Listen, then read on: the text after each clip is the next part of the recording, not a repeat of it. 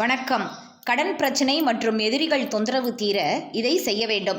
ஏகாதசி மாதந்தோறும் வருகிறது. இதில் பெருமாளுக்குரிய ஏகாதசி திதியில் அருகிலுள்ள பெருமாள் கோவிலுக்கு சென்று மனதார வழிபடுங்கள். தடைப்பட்ட எல்லா சுபகாரியங்களையும் நடத்தி தந்து அருளுவார் திருமால்.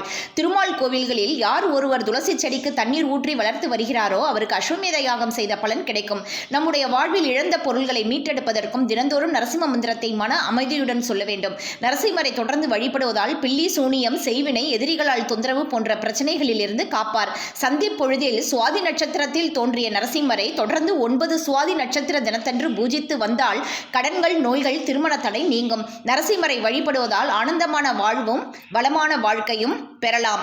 திருமால் கோவிலுக்கு சென்று முதலில் அவரின் முகத்தை பார்த்து வணங்கக்கூடாது. முதலில் அவரின் திருவடிகளை பார்த்து வணங்கிய பின்னரே படிப்படியாக அவரின் முகத்திற்கு வர வேண்டும். இது போன்ற பதிவு உங்களுக்கு பிடிச்சிருந்ததுன்னா லைக் பண்ணுங்க, ஷேர் பண்ணுங்க, சப்ஸ்கிரைப் பண்ண மறக்காதீங்க. நன்றி.